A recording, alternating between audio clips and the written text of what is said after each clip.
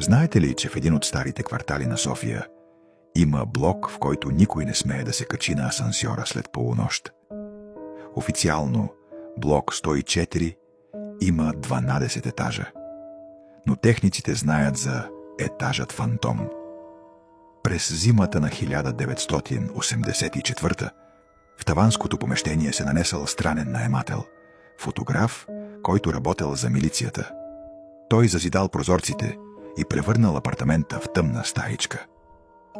Съседите чували само странно жужене и усещали миризма на химия и изгоряло. Една нощ целият вход се събудил от нечовешки писък. Когато разбили вратата на тавана, стаята била празна.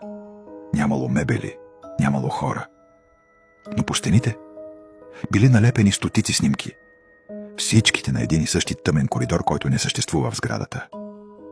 Фотографът изчезнал безследно.